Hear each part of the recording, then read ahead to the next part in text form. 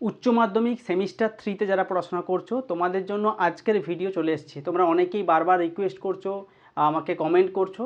তো আমি বলে রাখি, আগেই একটা ভিডিও অর্থাৎ হিউম্যান জিওগ্রাফি থেকে একটা ভিডিও কিন্তু অলরেডি আমি দিয়ে দিয়েছি, সেটা হয়তো অনেকে দেখোনি। তাই তোমাদের সুবিধার্থে এই ভিডিওর কমেন্টে এবং ডেসক্রিপশানে আমি লিঙ্ক দিয়ে দেবো। তার সঙ্গে বলে রাখি, আমাদের যে আজকের টপিক সেটা হচ্ছে কি বলতো, সেটা হচ্ছে জিওগ্রাফি অফ ইন্ডিয়া, অর্থাৎ ভারতের ভূগোল। ঠিক আছে, এই ভারতের ভূগোল থেকে কি কোন কোন প্রশ্নগুলো খুব ইম্পর্টেন্ট এগুলো বলবো। আর একটা কথা বলে রাখি, তোমরা অনেকেই নির্ভর করছো সাজেশনের ওপর। তোমাদের সুবিধার্থে একটা কথা বলে রাখি যে শুধুমাত্র সাজেশনের ওপর ভিত্তি করে এমসিকিউ প্রশ্ন ফুল নাম্বার কিন্তু কখনোই পাওয়া যায় না। এই জিনিসটা কিন্তু সবাই মাথায় রাখবে। তাই কোনো চ্যানেল যদি বলে যে এই 10টি প্রশ্ন, এই 20টি প্রশ্ন, এই 50টি প্রশ্ন করে যা 100% কমন, এই কথায় একেবারে বিশ্বাস করো না। হ্যাঁ, সব সাজেশনমূলক ভিডিওগুলো দেখবে, পড়বে, কিন্তু তার সঙ্গে সঙ্গে বই পড়া অবশ্যই প্রয়োজন। কারণ তোমাদের যে 35 মার্কসের মধ্যে কিন্তু 35 পেতে গেলে বই এবং আমার যে লেখা সাজেশন বই রয়েছে সম্রাট এক্সক্লুসিভ সাজেশন বই, সেটি অবশ্যই ভালো করে পড়তে হবে। এবং তার সঙ্গে সঙ্গে টেক্সট বইটা একটু পড়লে তবে 35 আউট অফ 35 তুমি অবশ্যই পাবে। এই ভিডিওটা তোমাদেরকে দিচ্ছি কারণ যে ভারতের ভূগোল জায়গা থেকে যে প্রশ্নগুলো ভীষণ ইম্পর্টেন্ট সেগুলোর একটা লিস্ট করে দিয়েছি, ওয়ান শট যেটাকে তোমরা বলো, ওয়ান শট টাইপের। সেই ওয়ান শট টাইপের লিস্ট আজকের ভিডিওতে ডিটেলসে দেবো। তোমার যদি ভালো লেগে থাকে ভিডিওটা, অবশ্যই একটা লাইক, একটা কমেন্ট এবং একটা শেয়ার, এই তিনটে তোমাদের কাছ থেকে আমি আশা করব। তাহলে পরবর্তী পার্ট খুব শীঘ্রই তোমাদের দেওয়ার চেষ্টা করব। আর মানবীয় ভূগোলটা কিন্তু অলরেডি আমি দিয়ে দিয়েছি, আজকে ভারতের ভূগোল দিচ্ছি। আর একটা টপিক বাকি থাকবে, সেটাও কিন্তু খুব শীঘ্রই আমি দেওয়ার চেষ্টা করব। তার জন্য ভিডিওটা অবশ্যই লাইক করতে হবে এবং চ্যানেলটা যদি নতুন থাকো চ্যানেলটাকে সাবস্ক্রাইব করে রাখতে হবে পরবর্তীকালে আরও নতুন নতুন ভিডিও পাওয়ার জন্য। উচ্চ মাধ্যমিক ভূগোলে যে সমস্ত প্রশ্ন রয়েছে আজকের টপিকে, সেটা হচ্ছে জিওগ্রাফি অফ ইন্ডিয়া, যেখানে রয়েছে population, water resource, mineral, agriculture, transport এবং ট্রেড ইকোনমি। এগুলোর থেকে যে প্রশ্নগুলো খুব ইম্পর্টেন্ট, দেখো প্রথম প্রশ্ন হচ্ছে মোট জনসংখ্যা কত, সেটা হচ্ছে 121.08 কোটি মোটটা দেওয়া রয়েছে।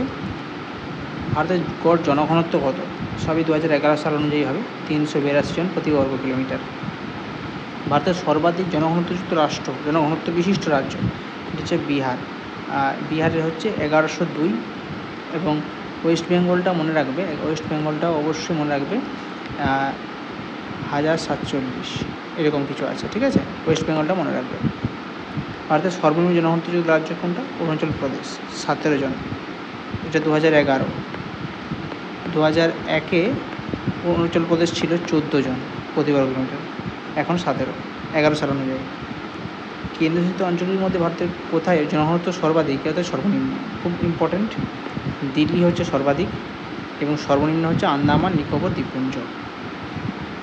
2011 সালের সেন্সাস অনুযায়ী ভারতের পুরুষ নারী লিঙ্গ অনুপাত, যেটা সেক্স রেশিও কত, 940 বা 943 জন প্রতি 1000 পুরুষে, 940টাই মনে রাখবে। ঠিক আছে, ভারতের সর্বাধিক সর্বনিম্ন লিঙ্গ অনুপাতযুক্ত রাজ্য কোনটি, সর্বাধিক হচ্ছে কেরল, সর্বনিম্ন হচ্ছে হরিয়ানা। 2011 সালে ভারতের জাতীয় সাক্ষরতার হার কত ছিল, সাক্ষরতার হার কত ছিল, 74.04। এটা বাংলায় লেখা আছে, পুরুষ দেওয়া আছে, নারী দেওয়া আছে, মনে রাখবে। ভারতের সর্বাধিক স্বাক্ষর এবং সর্বনিম্ন স্বাক্ষর রাজ্য কোনটি, সর্বাধিক স্বাক্ষর হচ্ছে কেরল, সর্বনিম্ন হচ্ছে বিহার। ঠিক আছে, বিহার এবার উচ্চশিক্ষিত দিক থেকে প্রথম আবার। ঠিক আছে, এটা মনে রাখবে। ভারতের দশকীয় বৃদ্ধির হার, যেটা 1 থেকে 21-এ কত ছিল, 7.64। ভারতের কোন রাজ্যে দশকীয় জনসংখ্যার হার ঋণাত্মক ছিল, খুব ইম্পর্টেন্ট প্রশ্ন, ঋণাত্মক, নাগাল্যান্ড, তা দেওয়া আছে -0.58। ঠিক আছে, এরকম। ডেমোগ্রাফিক ট্রানজিশন মডেলের যে বর্তমান ভারত কোন পর্যায়ে রয়েছে, সেটা হচ্ছে 3য় পর্যায়ে। ভারতের জনসংখ্যার ইতিহাসে কোন সময়কালকে পপুলেশন এক্সপ্লোশন এরা বলা হয়, যেটা হচ্ছে জনসংখ্যার বিস্ফোরণের সময়কাল, সেটা হচ্ছে 1951 থেকে 81 এই সালটা। কায়িক জনঘনত্ব, যেটাকে বলা হয় ফিজিওলজিক্যাল ডেনসিটি, নির্ণয়ের সূত্রটি কি, মোট জনসংখ্যা ডিভাইড বাই মোট নিট কৃষিভূমির ক্ষেত্রফল। কৃষি ঘনত্ব বলতে কী বোঝো, কৃষি ঘনত্ব হচ্ছে মোট কৃষিকাজের সঙ্গে যুক্ত জনসংখ্যা এবং মোট কৃষিত জমির ক্ষেত্রফলের অনুপাত। গ্রাম্য জনসংখ্যার প্রবক্তাকে অধ্যাপক এডউইন কেনন, ঠিক আছে। ক্যানন বানানটা অনেক সময় এরকমও থাকে, ক্যানন, ঠিক আছে। ভারতের সবচেয়ে জনবহুল কেন্দ্রশাসিত অঞ্চল কোনটি? দিল্লি। ভারতের মোট উত্তোলিত জলে শতকরা কত শতাংশ কৃষিকাজে বা সেচ কাজে ব্যবহৃত হয়? সেটা হচ্ছে 89%, যেটা ভৌমজল এবং ভূপৃষ্ঠের জল মিলিয়ে। ভারতের দীর্ঘতম সেচ খাল ইন্দিরা গান্ধী খাল বা রাজস্থান খাল, দৈর্ঘ্য দেওয়া রয়েছে। ভারতের কোন রাজ্যে প্রতিটি বাড়িতে বৃষ্টির জল সংরক্ষণ, রেন ওয়াটার হারভেস্টিং আইনত বাধ্যতামূলক করা হয়েছে? সেটা হচ্ছে তামিলনাড়ু। জল সংরক্ষণে প্রথম। জলবিভাজিকা ব্যবস্থাপনা বলতে কী বোঝায়? একটি নির্দিষ্ট নদী অববাহিকা অঞ্চলের জল, মৃত্তিকা, বনভূমির বৈজ্ঞানিক সংরক্ষণ ও টেকসই ব্যবহারকে বলা হয় জল বিভাজিকা ব্যবস্থাপনা। ভারতের সেচ কাজের সবথেকে প্রধান পদ্ধতি কোনটি? সেটা হচ্ছে কূপ এবং নলকূপ। মোট সেচের প্রায় 62%। কূপ এবং নলকূপের মাধ্যমে সেচ সরবরাহে ভারতের কোন রাজ্য সবথেকে প্রথম স্থান অধিকার করে? সেটা হচ্ছে উত্তরপ্রদেশ। দক্ষিণ ভারতের রাজ্যগুলিতে তামিলনাড়ু, অন্ধ্রপ্রদেশ সবচেয়ে প্রচলিত সেচ পদ্ধতি কোনটি? জলাশয় বা পুকুর সেচ, যেটাকে ট্যাঙ্ক ইরিগেশন বলা হয়। ইংলিশে কী বলা হয়? Tank irrigation. ভারতের সরকারের হরিয়ালি প্রকল্পের মূল উদ্দেশ্য কী? গ্রামোন্নয়ন মন্ত্রক পরিচালিত জলবিভাজিকা উন্নয়ন পানীয় জল সংরক্ষণ প্রকল্প, এটা হচ্ছে হরিয়াল প্রকল্প। স্বাধীন ভারতের প্রথম বহুমুখী নদী পরিকল্পনা কোনটি? যেটা হচ্ছে multipurpose river valley project, DVC, 1948 সালে প্রতিষ্ঠিত, দামোদর ভ্যালি কর্পোরেশন। নদী উপত্যকার পরিকল্পনাগুলিকে কে আধুনিক ভারতের মন্দির, টেম্পল অফ মডার্ন ইন্ডিয়া বলেছেন? জওহরলাল নেহরু। উত্তর পূর্ব ভারতের মেঘালয়ের বাঁশের নল ব্যবহার করে সেচ দেওয়ার পদ্ধতির ঐতিহ্যবাহী পদ্ধতিকে কী বলা হয়? ব্যাম্বু ড্রিপ সেচ পদ্ধতি, ব্যাম্বু ড্রিপ ইরিগেশন সিস্টেম। অতিরিক্ত ভৌম জল উত্তোলনের ফলে রাজস্থান ও গুজরাটের জলে কোন ধরনের রাসায়নিক উপাদান বিষাক্ততা বেড়েছে? ফ্লোরাইড, খুব ইম্পর্ট্যান্ট। পশ্চিমবঙ্গ এবং পশ্চিমবঙ্গে ভৌমজলের অত্যধিক ব্যবহারের ফলে কোন ক্ষতিকর উপাদান জলে মিশেছে? আর্সেনিক। নর্মদা বাঁচাও আন্দোলন মূল নেত্রী কে ছিল? মেধা পাটেকর। ভারতের প্রথম জাতীয় জল নীতি কবে গৃহীত হয়? 1987। পরবর্তী সংশোধন হয়েছে 2002, তারপর 2012। ড্রিপ সেচ এবং স্প্রিংলার সেচ কোনটি সেচের কোন আধুনিক শ্রেণীর অন্তর্গত? সেটা হচ্ছে সূক্ষ্ম সেচ পদ্ধতি, মাইক্রো ইরিগেশন। জল সম্পদের টেকসই ব্যবহার বলতে কী বোঝো, বা যেটাকে বলে সাস্টেনেবল ডেভেলপমেন্ট? বর্তমানে চাহিদা পূরণের পাশাপাশি ভবিষ্যৎ প্রজন্মের জন্য জলের গুণমান এবং পরিমাণ অক্ষুণ্ণ রাখা। ভারতের উত্তোলিত আকরিক লোহার প্রধান রূপ কোনটি? ভারতে বেশি হেমাটাইট, এটি উন্নত মানের লাল আকরিক। এশিয়ার বৃহত্তম লৌহ আকরিক খনি কোনটি? বাইলাডিলা। কোথায় অবস্থিত? ছত্তিশগড়। লৌহ আকরিক উৎপাদনে ভারতের শীর্ষস্থানীয় রাজ্য হচ্ছে ওড়িশা, যার মধ্যে ইম্পর্ট্যান্ট রয়েছে ময়ূরভঞ্জ, কেওনঝড়, সুন্দরগড়। কর্ণাটকের বিখ্যাত কুদ্রেমুখ খনি থেকে কোন খনিজ উত্তোলন করা হয়? ম্যাগনেটাইট শ্রেণীর লৌহ আকরিক। ভারত থেকে সবথেকে বেশি লৌহ আকরিক কোন দেশে রপ্তানি করা হয়? জাপান। আকরিক ম্যাঙ্গানিজ উৎপাদনের ভারতের প্রথম স্থানাধিকারী রাজ্য কোনটি? মধ্যপ্রদেশ। মজুত এবং উৎপাদনের বিচারে উড়িষ্যা, মধ্যপ্রদেশ শীর্ষে।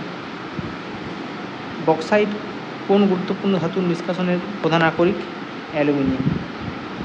ভারতের বৃহত্তম বক্সাইট উৎপাদনকারী অঞ্চল কোনটি? ওড়িশার কোরাপুট জেলার পাঞ্চপথপালি। রাজস্থানের ক্ষেত্রী অঞ্চল কিসের বিখ্যাত? খুব ইম্পর্ট্যান্ট একটা প্রশ্ন, তামার খনির জন্য। তাম্র আকরিক উৎপাদনে ভারতের প্রথম স্থানাধিকারী রাজ্য কোনটি? মধ্যপ্রদেশ। ঝাড়খণ্ডের কোডারমা জেলা কিসের জন্য বিখ্যাত? অভ্র, বিশেষ করে মাস্কোভাইটের জন্য। মাস্কোভাইট অভ্রের একটা ভাগ, ঠিক আছে। অর্থনৈতিক গুরুত্ব এবং বহুমুখী ব্যবহারের কারণে কয়লাকে কী বলা হয়? কালো হিরে, ব্ল্যাক ডায়মন্ড। ভারতের সবথেকে উচ্চমানের কয়লা কোনটি?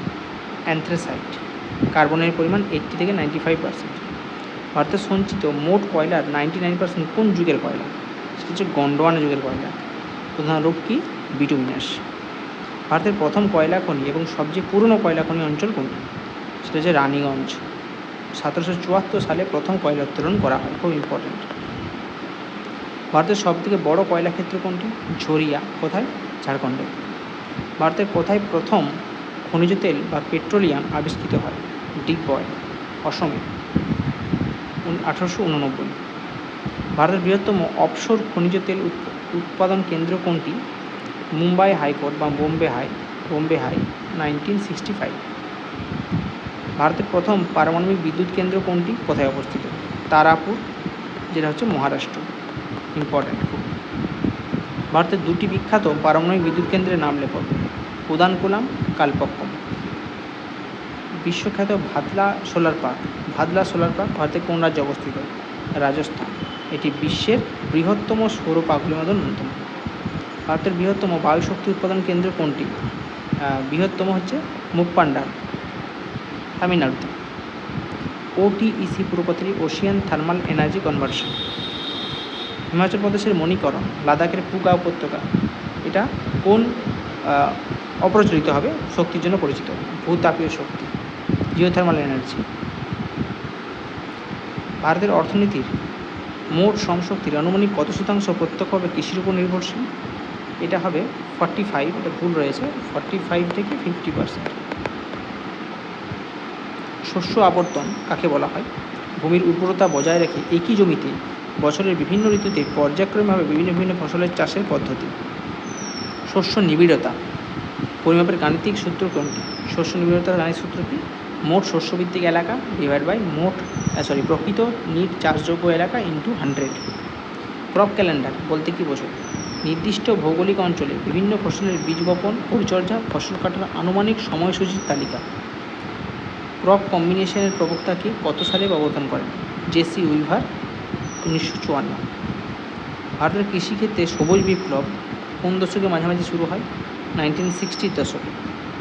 সবুজ বিপ্লবের জনক স্বামীনাথন। ভারতে বলেছে, ভারতে হচ্ছে স্বামীনাথন। বিশ্বজুড়ে সবুজ বিপ্লবের জনককে? Norman Borlaug. ভারতের সবুজ বিপ্লবের প্রভাব সবচেয়ে বেশি কোন ফসলের উৎপাদন দেখা গিয়েছিল? গম হচ্ছে প্রথম, দ্বিতীয় স্থান ছিল ধান। শ্বেত বিপ্লব কৃষি সঙ্গে সংযুক্ত? দুধ এবং দুগ্ধজাত পণ্যের ব্যাপক উৎপাদন বৃদ্ধি। শ্বেত বিপ্লবের জনক ভারত থেকে ভার্গিস কুরিয়েন। নীল বিপ্লব কৃষি সঙ্গে যুক্ত? মৎস্য উৎপাদন, জলজ প্রাণী, অ্যাকোয়াকালচার। সোনালী তন্তু কাকে বলা হয়? পাটকে। কেন? এর উজ্জ্বল রঙে এবং বিশ্ববাজারে উচ্চ অর্থনৈতিক মূল্যের জন্য। পাট উৎপাদনের জন্য কেমন জলবায়ু মাটি প্রয়োজন? যেটা হচ্ছে উষ্ণ আর্দ্র জলবায়ু এবং উর্বর পলিমাটি, যেটাকে বলা হয় খাদার। পাট উৎপাদনে ভারতের কোন রাজ্য প্রথম স্থান অধিকার করে? পশ্চিমবঙ্গ। ভারতে মোট পাটের প্রায় 3/4 উৎপাদিত হয়। কেন্দ্রীয় পাট গবেষণা কেন্দ্র পশ্চিমবঙ্গে কোথায় অবস্থিত? ব্যারাকপুরে। কার্পাস বা তুলা চাষের জন্য কোন মৃত্তিকা সবচেয়ে উপযোগী? কৃষ্ণ মৃত্তিকা বা রেগুর, যেটাকে ব্ল্যাক কটন সয়েল বলা হয়। ভারতে কোন রাজ্যে তুলার উৎপাদন শীর্ষস্থান অধিকার করে? গুজরাট, মহারাষ্ট্র। কেন্দ্রীয় তুলা গবেষণা কেন্দ্র কোথায় অবস্থিত? মহারাষ্ট্রের নাগপুরে। আখ উৎপাদনে ভারতের শীর্ষ স্থানাধিকারী রাজ্য, সেটা হচ্ছে উত্তরপ্রদেশ। তবে চিনি উৎপাদনে চিনি ফলে মহারাষ্ট্র। ভারতের চিনির পাত্র কাকে বলা হয়? উত্তরপ্রদেশ। ভারতের চা উৎপাদনে প্রথম রাজ্য কোন স্থান? অসম। মোট উৎপাদনে চায়ের অর্ধেকের বেশি উৎপাদিত হয়। কেমন লাগছে প্রশ্নগুলি অবশ্যই জানাও। তার জন্য অবশ্যই যারা এখনও সাবস্ক্রাইব করেনি চ্যানেলটিকে সাবস্ক্রাইব করে বেল আইকনে ক্লিক করে রাখো। নেক্সট 81, প্রথম ভৌগোলিক নির্দেশক জিআই ট্যাগ কৃষিজ পণ্য কোনটি? দার্জিলিং চা, যেটা জিআই ট্যাগ পেয়েছে। ভারতের দীর্ঘতম খনিজ জাতীয় সড়ক ন্যাশনাল হাইওয়ে কোনটি? NH-44 এখন শ্রীনগর থেকে কন্যাকুমারী। স্বর্ণ চতুর্ভুজ বা সোনালী চতুর্ভুজ যেটা কোন 4টি মহানগর যুক্ত করেছে? দিল্লি, মুম্বাই, চেন্নাই, কলকাতা। এর প্রত্যেকটার যে বাহুর দৈর্ঘ্য সেগুলোও কিন্তু মনে রাখবে। উত্তর দক্ষিণ করিডর, পূর্ব পশ্চিম করিডর কোথায় পরস্পরকে ছেদ করেছে? ঝাঁসি, উত্তরপ্রদেশের ঝাঁসি শহরে। খুব ইম্পর্ট্যান্ট প্রশ্ন। ভারতের প্রথম যাত্রীবাহী রেলপথ কবে এবং কোন দুটি স্থানের মধ্যে চালু হয়? 1853, মুম্বাই থেকে থানে, 16 এপ্রিল। ভারতের উত্তর পূর্ব সীমান্ত রেলওয়ে সদর দপ্তর কোথায় অবস্থিত? অসমের মালিগাঁও। পরের প্রশ্ন, ভারতের বৃহত্তম এবং ব্যস্ততম স্বাভাবিক পোতাশ্রয়যুক্ত কৃত্রিম স্বাভাবিক বন্দর সেটা হচ্ছে মুম্বাই বন্দর, যেটা হচ্ছে পণ্য সামনের জন্য জওহরলাল নেহরু বা নাভাসভা বন্দর প্রযুক্তি ভিত্তিক। ভারতের একমাত্র নদীভিত্তিক প্রধান বন্দর কোনটি? কলকাতা বন্দর। পরের প্রশ্ন হচ্ছে ভারতের দীর্ঘতম অভ্যন্তরীণ জাতীয় জলপথ NH1, সেটা হচ্ছে গঙ্গা ভাগীরথী হুগলি নদীপথ, দৈর্ঘ্য 1620। গণযোগাযোগ যেটা মাস কমিউনিকেশন এবং ব্যক্তিগত যোগাযোগ পার্সোনাল কমিউনিকেশন একটি করে উদাহরণ। গণযোগাযোগ হচ্ছে রেডিও, দূরদর্শন, সংবাদপত্র। ব্যক্তিগত যোগাযোগ মোবাইল ফোন, চিঠিপত্র, ইমেল। ভারতের কৃত্রিম উপগ্রহ ভিত্তিক যোগাযোগ ব্যবস্থার প্রধান উপগ্রহ সিরিজের নাম কি? INSAT, Indian National Satellite System. জিস্যাটও রয়েছে। পবন হংস ভারতের কোন ধরনের সেবা প্রদান করে? সেটা হচ্ছে সরকারি হেলিকপ্টার পরিবহন সেবা। বাণিজ্যিক ভারসাম্য বলতে কী বোঝো? নির্দিষ্ট সময়ে কোনো দেশের দৃশ্যমান পণ্যের মোট রপ্তানি মূল্য ও মোট আমদানি মূল্যের পার্থক্য। প্রতিকূল বাণিজ্য ভারসাম্য কখন ঘটে? যখন কোনো দেশের আমদানির মোট মূল্য রপ্তানির মোট মূল্যের চেয়ে বেশি হয়ে যায়। দ্বিপাক্ষিক বাণিজ্য এবং বহুপাক্ষিক বাণিজ্য মধ্যে পার্থক্য। দুটি দেশের মধ্যে বাণিজ্য সম্পন্ন বাণিজ্য হলেও সেটা দ্বিপাক্ষিক, আর দুইয়ের অধিক দেশের মধ্যে হলে বহুপাক্ষিক। SEZ এর উদ্দেশ্য কী?